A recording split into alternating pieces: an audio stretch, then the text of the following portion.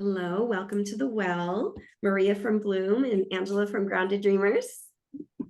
All right, Monday, May 22nd. This year is just flying by.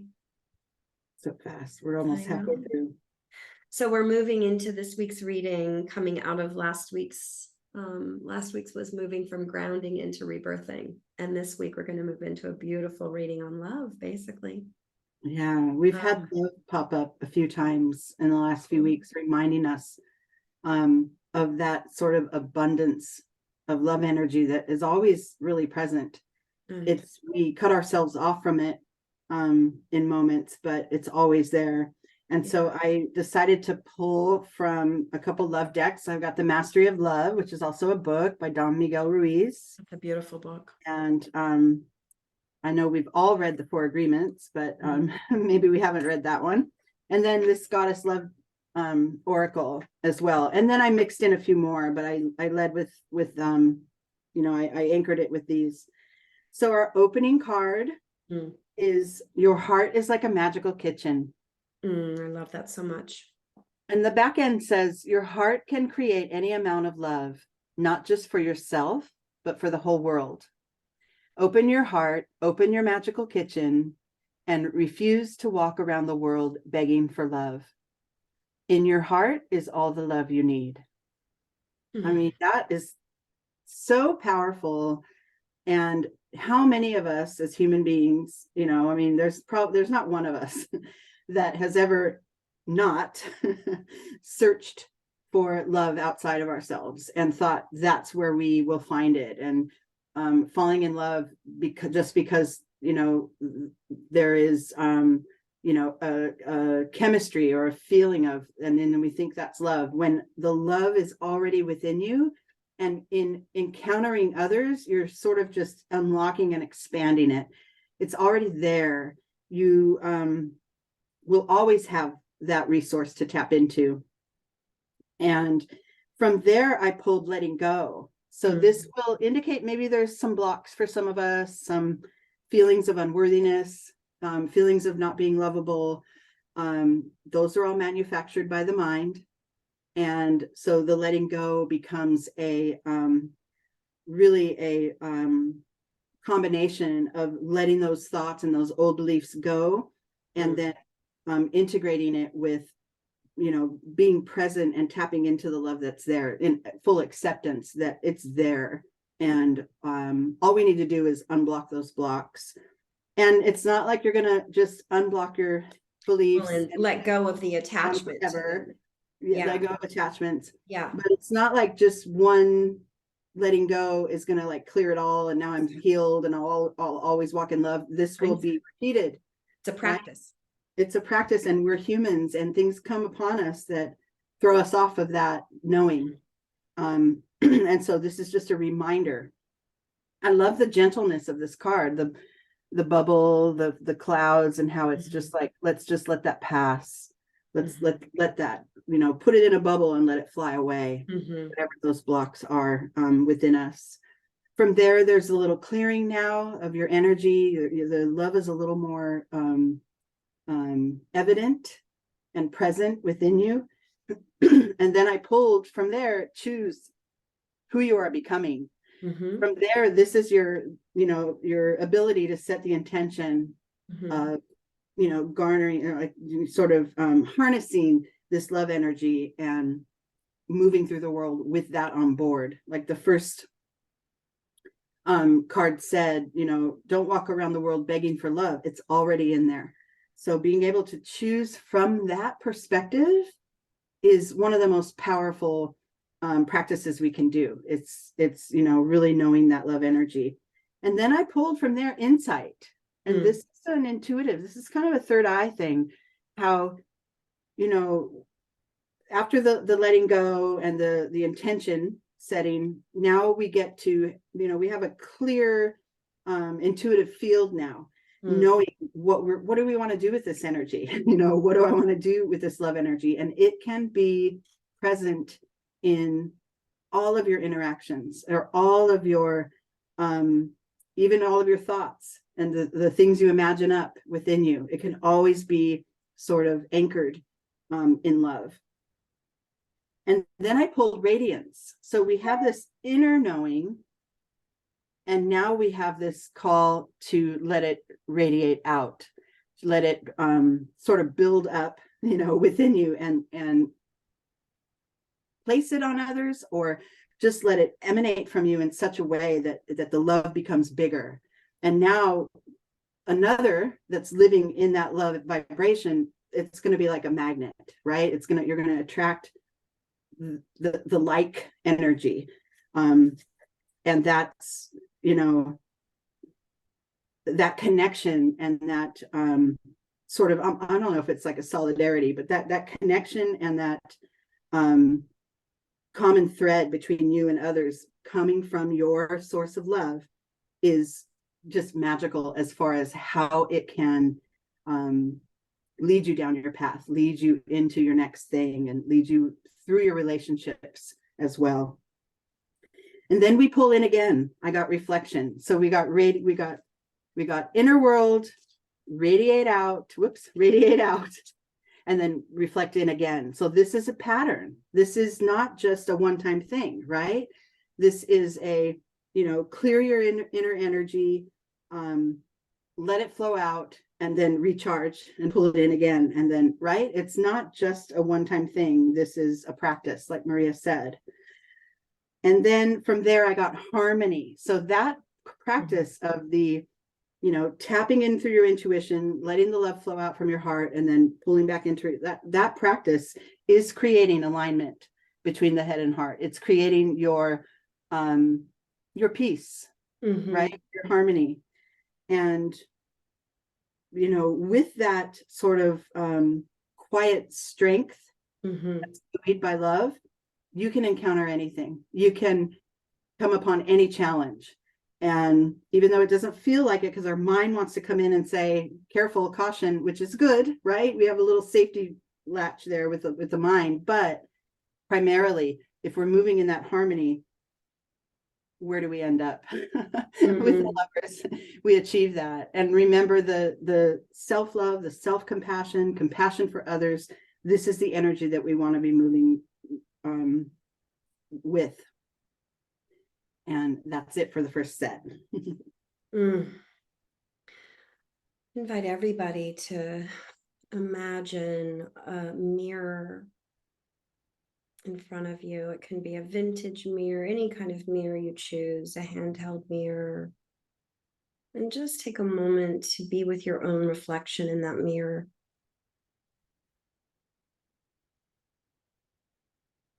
And take in the love and offer the love. So in this moment, just take some time to offer I love yous to the reflection of yourself in that mirror, and just give and receive that love.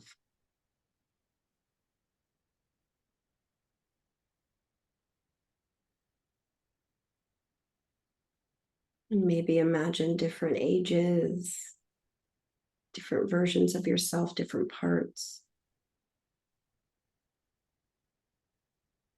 And just taking some time with your breath to really stabilize in that connection, that self-loving connection. Beautiful. And then take a moment to fill into that magic kitchen in your heart. What do you want to make? What do you want to make in your heart?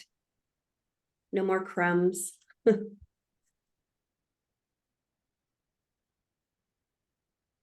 And just take some time to really let your heart create that from your magical kitchen.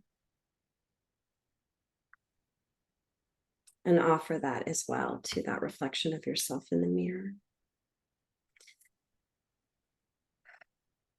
Beautiful. Let's move into the second half of the reading. Okay. All right. So, extending from that Lover's card, which was the end of our first spread, we move directly into accept your own beauty. Yeah, I So love that. that self-compassion that we talked about is part of this. And this one says on the back, you are beautiful no matter what your mind tells you.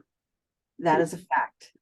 If you're aware of your own beauty and you accept your own beauty, the opinion of others doesn't affect you at all. So this is sort of flooding yourself with that love energy and knowing your beauty. And it stems from the love, all of it, all of it does. So I love that because it reminds us of our uniqueness, and our worth, our worthiness. Then I pulled intention.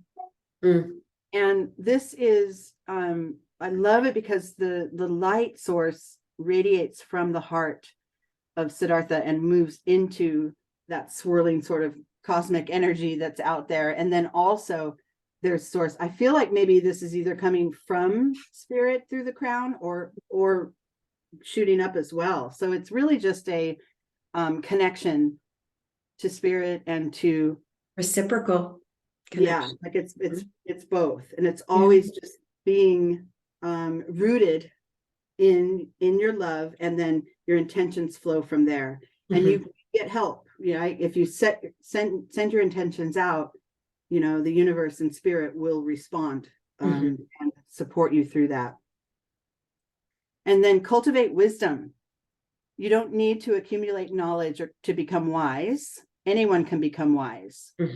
When you're wise, you respect your body, mind, and soul. When you become wise, your life is controlled by your heart, not your head.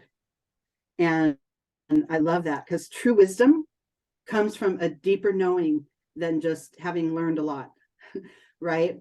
It comes from that core of you and that source of love that's in there. And then again, like this intention card, activate that wisdom that comes from your heart. And then I got collaboration of souls. So this is that same vibe, as it's, there's always a source that's ready to help you on your path. It's unseen, it's an energy, but it's always there if you tap into it. And the quickest way to do it is to clear your blocks and at least temporarily and create an energy of love. Because like we said, those blocks, more will come back or old ones will arise, and we're always going to be doing that sort of juggling, balancing act. But always return to love. That's the key. Noticing what's there, letting go, and returning to love. Letting it be there. Letting it be there. And then I got letting go again. So that's like just like I said, letting go. And for me, a lot of the times the what I need to let go of are what I have imagined a certain scenario or a certain identity is going to be.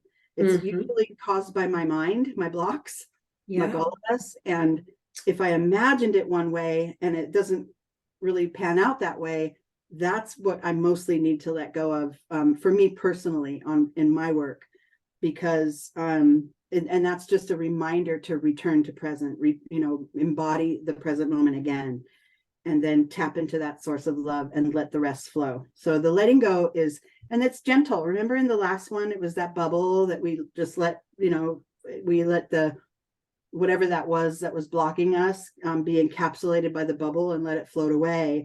Here we have droplets of water, just letting them fall away. It doesn't have to be any battle or with any resistance. It can just be easeful and graceful and acknowledge, see it, and then oh my gosh, it's like last week, the effortless flow of the waterfall that came through.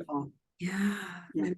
Same kind of vibe. This is the waterfall's a little more powerful, right? It's more cleansing. This is it's more subtle and probably more often. We come upon it more often. And then from the poetry of Rumi, I pulled Sacred Soul Sister. I love that. And a little bit of that poetry goes, when you are conscious, so this is when you're focused on your earthly being and in this 3D world and your reality, quote unquote, right? When you are conscious, a cloud of sadness surrounds you. When you see a cloud, you see it as sadness around you. When you are beyond consciousness, the moon rests in your arms. Mhm. When you move beyond that which is reality, Third and dimension. yeah, and let your you know,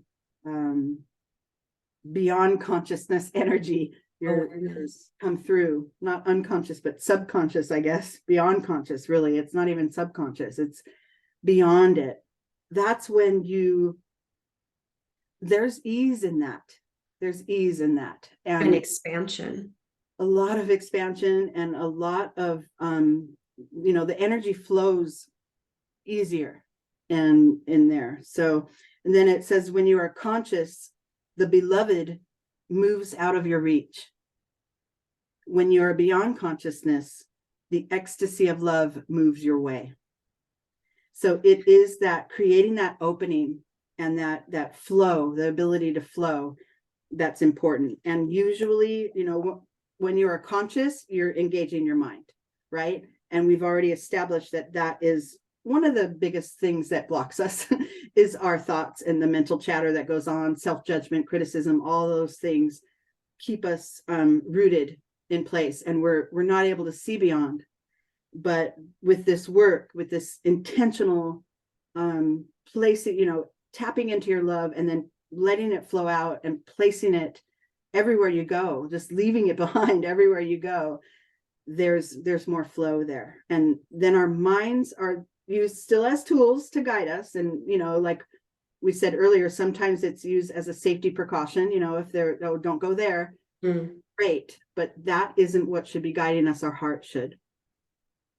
And It's from like, there, go ahead. Oh, I was just going to say it's like little c consciousness and uppercase C consciousness, right? So consciousness, as we begin to emerge in our consciousness and our awareness, sometimes I was saying this in the group, we become aware of patterns or beliefs or behaviors that we believed at some time in our life we needed to survive, but we become aware of that, which no longer serves our highest good. And we need to release or let go of that in order to grow into higher levels of consciousness.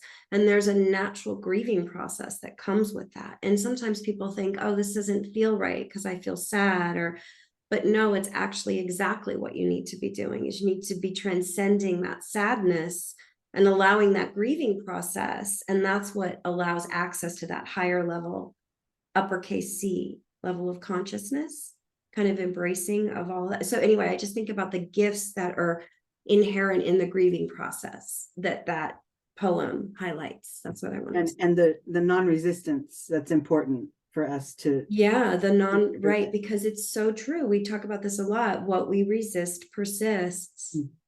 And the more we insist on the resistance, the more it stays stuck and stacked. So it's like the flow, and yeah, it's always up to us to let go. And we tend to place, like we said before, we attribute our ability to be in love onto someone else when it's already there. We already have it. And when that someone else is going through their own whatever and takes their attention off of the love, we feel if we're attributing them to the reason we're in love, and then they go through their own regular human normal life and take their attention off of it, we feel deprived, we feel deflated, when the truth is, if we're tapped in to our own source, that other person's being checked out or whatever doesn't affect us as deeply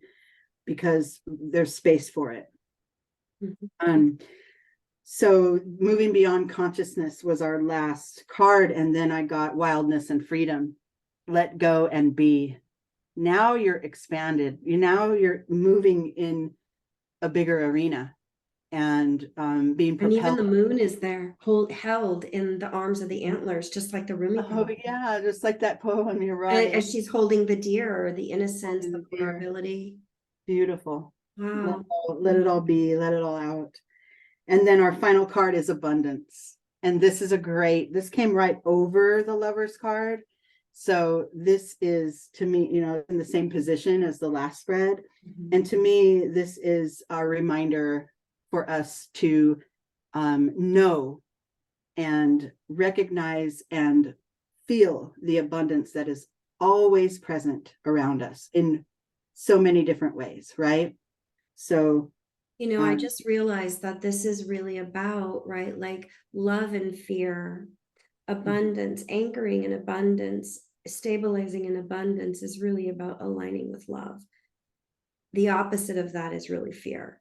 deprivation, yes. Deprivation, scarcity, lack, Resistance, it's all Mhm. fear. And that's what we keep needing to let go of, Mhm. is attachment to that, which Mhm. allows for anchoring and stabilizing in the abundance and the love. I love that so much. Yeah, so beautiful. Thank you so much. And I just want to encourage everyone who's listening to take a moment and feel into your own system, think about your own patterns. What is something that's blocking your connection to being in love and being in abundance and expressing abundance? What is something that's holding you back or that you would like to release, let go of? And just take a moment with that question and be with that this week as a practice. But in this moment, I invite you to take this opportunity to let go into the well with the intention that it be transmuted to higher vibrational energies. And with that, set your intention for the week and have a beautiful week. Mhm.